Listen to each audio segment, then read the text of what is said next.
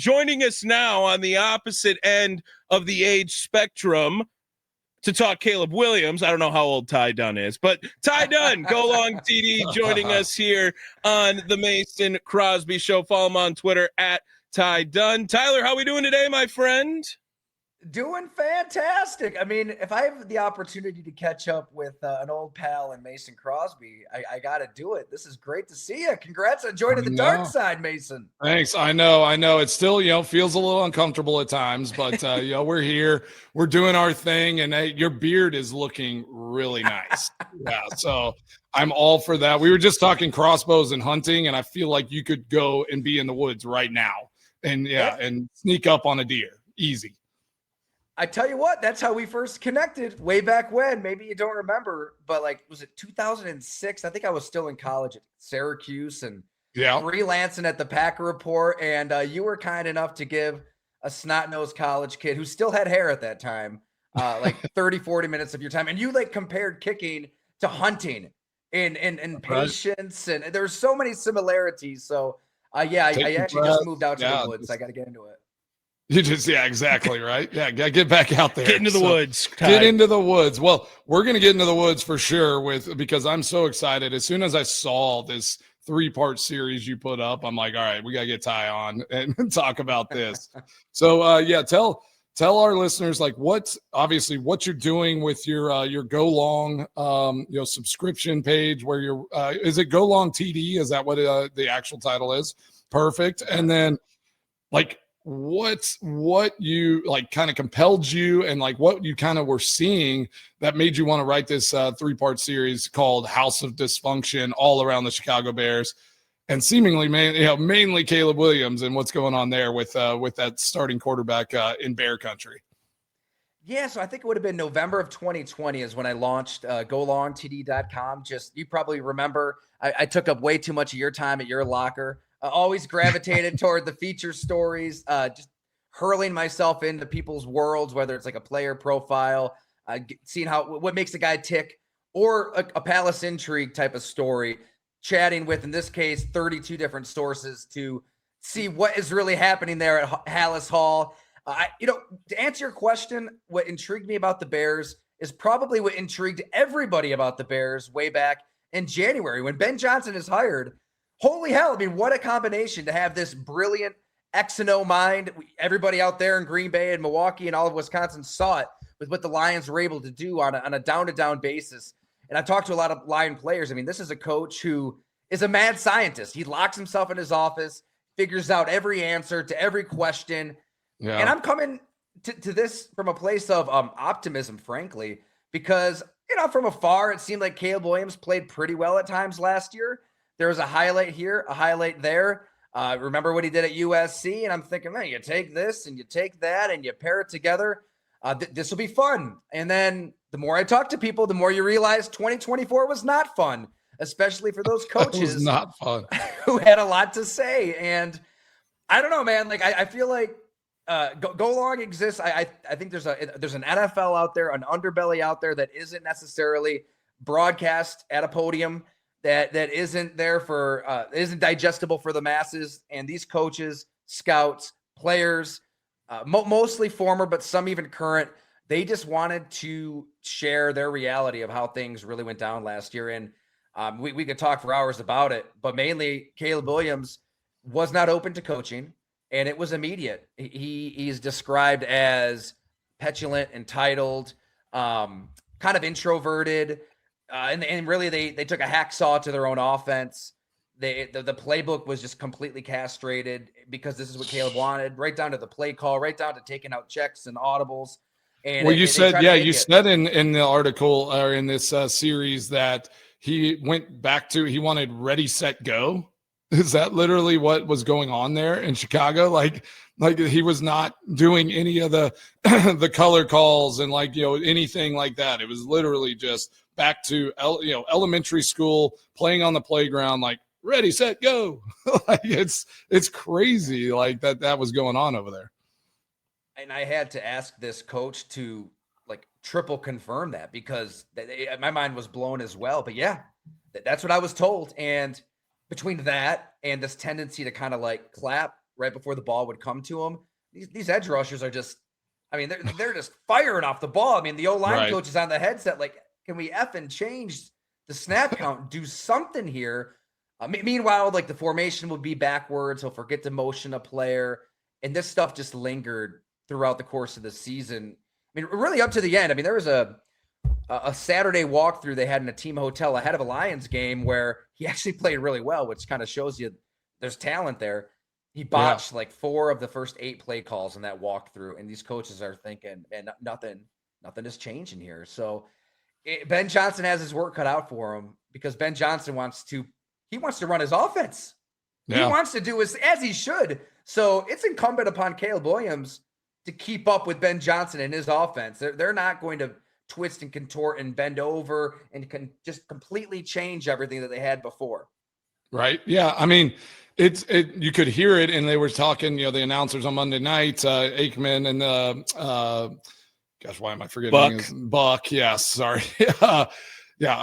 I never listened to those guys when I was playing. So, it's like, no. In the media. No, exactly. Yeah. They just tuned everyone out, for a long time. So I'm still getting used to it all. But they were talking how like Ben Johnson, literally, he just preaches completion. And you saw it with Jared Goff, right? And it was like, even against the Packers this weekend, Jared Goff is still, it's like, just get completions, even if it's a check down, right?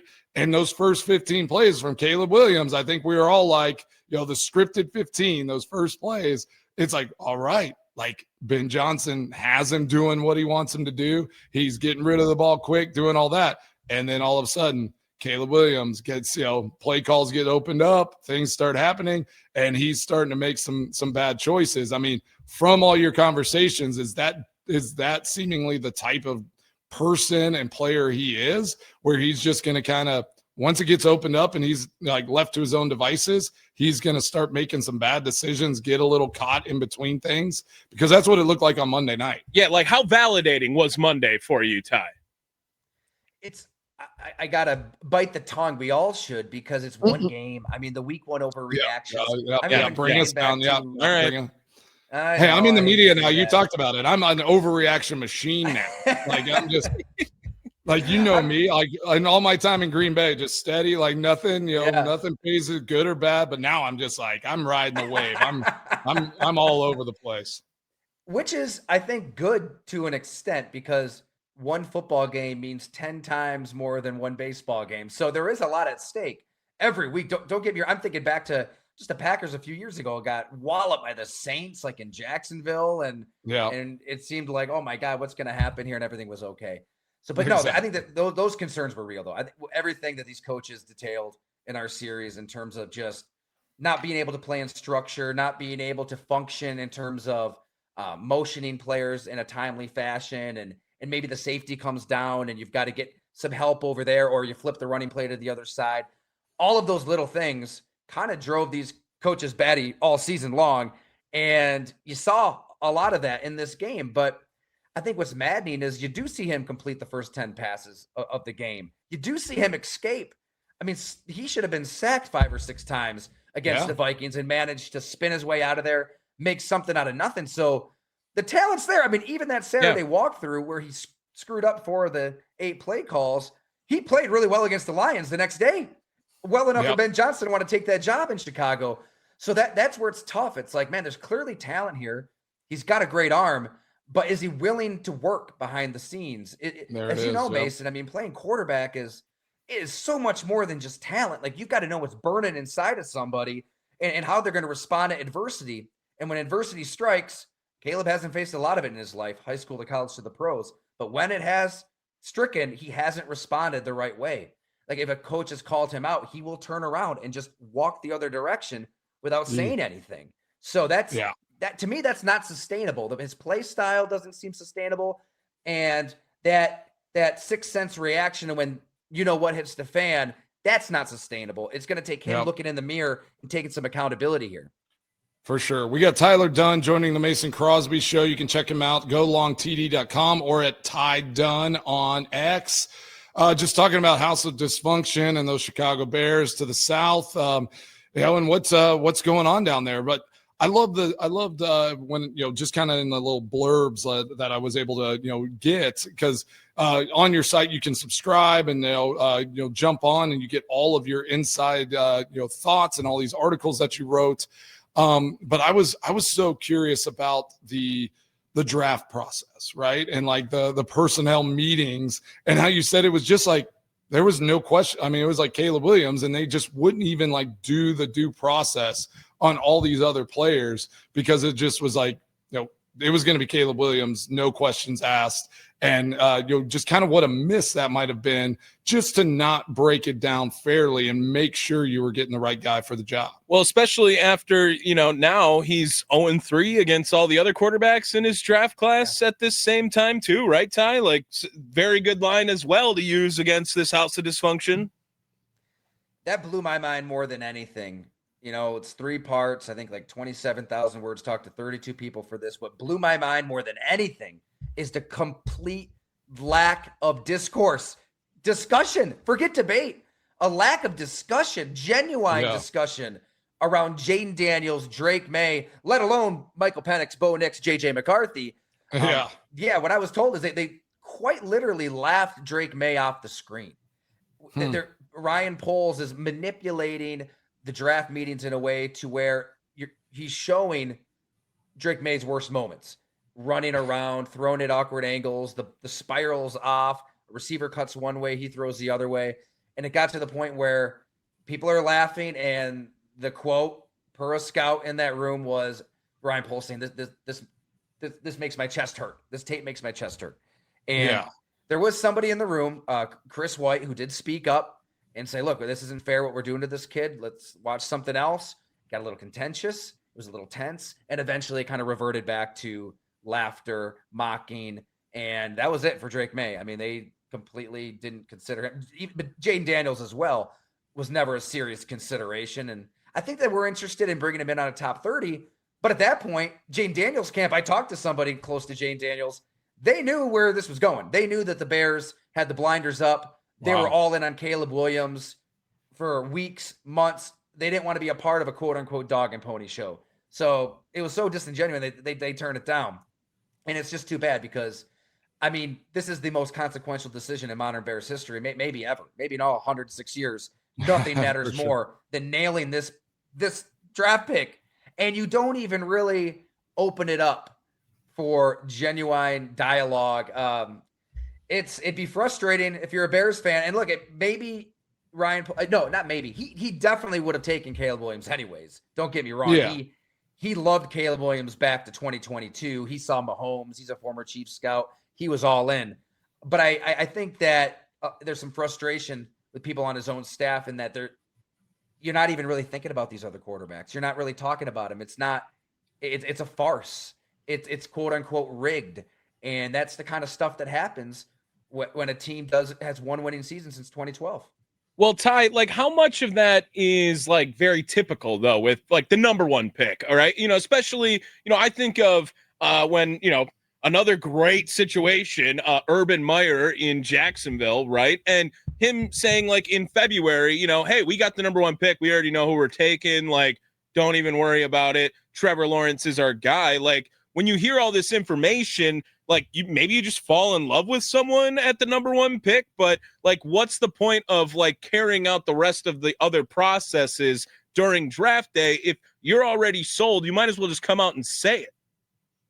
Well, the roles were reversed, right? This wasn't a team interviewing a quarterback. This was a team recruiting a quarterback. This was the Bears feeling like they needed to convince Caleb Williams it's okay to play quarterback here in Chicago, where quarterbacks go to die. So I think that the mentality of everybody from the top down was different. And I don't think that's healthy. I mean, really, at the end of the day, you still need to take the best quarterback.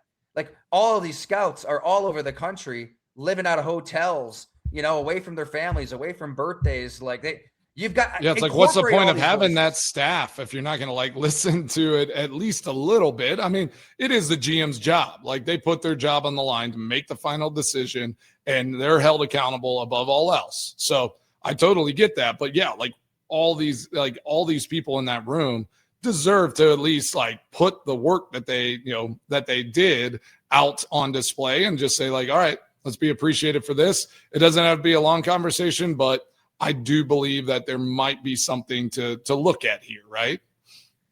That's exactly it. Like the way it was put to me by one person pretty high up in the organization on this matter was, okay, if you're George McCaskey, tell Ryan Poles, I know you're in love with this guy. I know you love Caleb Williams. You see Patrick Mahomes. This is your guy, but like at least dive as deep into one other quarterback, two other quarterbacks. Show me I'm crazy. At least do the due diligence with one of these other guys. And that just never was really done. And I think what was bad is when they're going through this process, it very much was skim past any weaknesses, skim past any red flag. Which is such a mistake. I mean, that's like where you learn everything from somebody, right? Yeah. Like maybe your listeners remember the USC Notre Dame game, and he was bad in that game. And multiple people said they didn't even sit down and really watch that game. They talked about it, but it was more so, okay, well, let's talk about this because Patrick Mahomes had some of these same issues and he didn't deal with them until the NFL. Caleb Williams already dealt with them. He knows how to handle them with his play style. And, when he cried in his mother's arms, a lot of people feel a lot of ways about that situation. That was kind of talked about, he's just highly competitive. He cares a lot, that kind of thing. Where there's a coach for the Bears who brought that up. I didn't even bring it up. A coach for the Bears last year who said it bothered him watching that clip because of what you don't see. You don't see the teammates and the frame. Like game ends, emotions are spilled onto the field for 3 hours, and you leave your teammates in the dust to jump up into the crowd. So I never really thought of it like that until he mentioned it. So, but this stuff wasn't talked about in the draft meetings, which is a problem. I think it's, even if you're going to take him, even if that's where it's going, at least create a culture where it's okay to speak up. And scouts are telling me they don't feel like it's okay to speak up there if you don't agree with Ryan Poles, because there's a chance that you're going to be gone and your family's going to have to move. Man, we got Tyler Dunne joining the Mason Crosby show. You can check him out at GoLongTD.com or at Ty Dunne on X. We're talking about his series of House of Dysfunction, talking about Caleb Williams, the Chicago Bears, his whole process. And I find that fascinating. And it's, this is kind of, obviously it was a movie, but, draft day. I mean, this is literally like the same type of situation where it was like, he's the best guy, right? It's like, this is the guy, we're going for him. But then they go into the weeds a little bit, right? And it was like the Bears just weren't willing to do that, or Ryan Poles wasn't willing to do that, where, again, like I was saying, like you learn so much more about a player from the negative. And it's okay to look at that. And it's like, all right, let's break him down all the way and be like, can we still draft this guy with the negative that we see on tape? And can we coach and get him past some of these moments?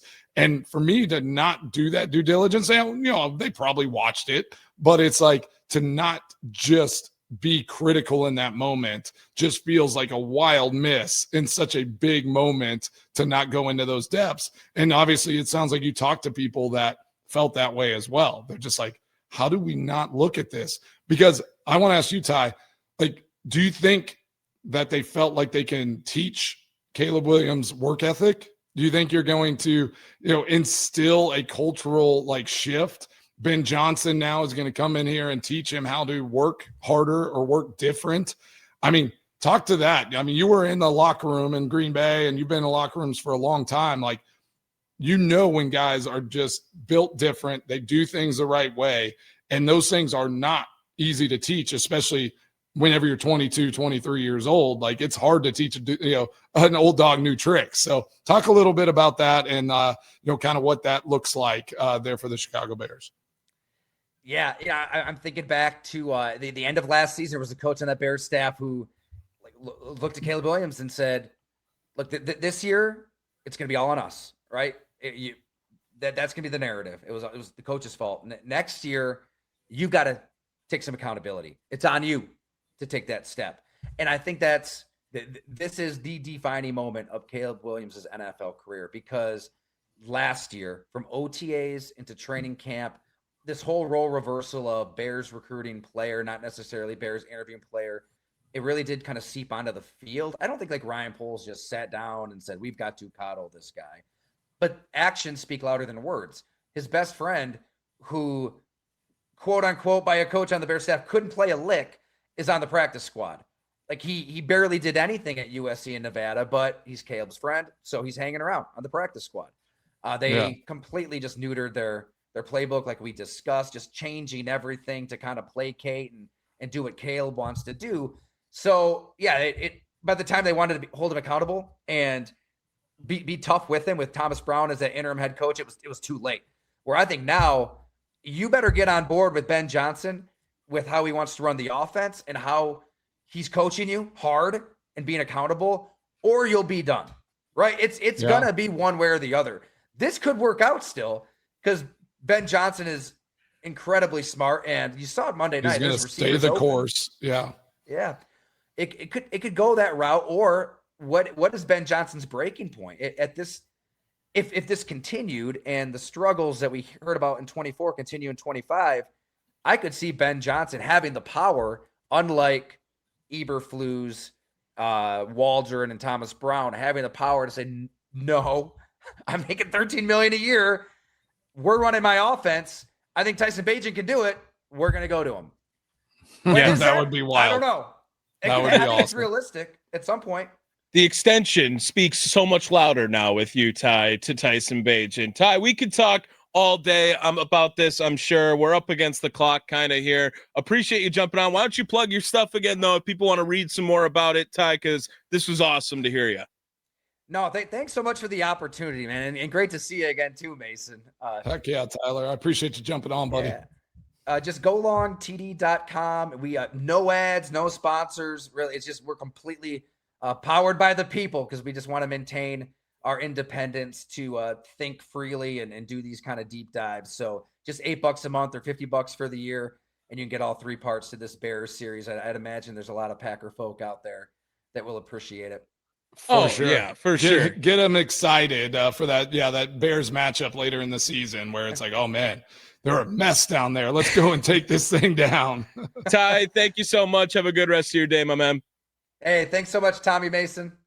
All right. Appreciate you, Ty. There he is, Tyler Dunne, GoLongTD, joining us on the Fan Guest Hotline, powered by Gruber Law. One call, that's all. On the other side, we'll wrap things up in the first hour, and then we got a guest again at 10 o'clock. Our good friend Andy over at Verizon will pop on for a little bit here, talk some shop too. It is the Mason Crosby Show, presented by Verizon, the official 5G network of the Green Bay Packers.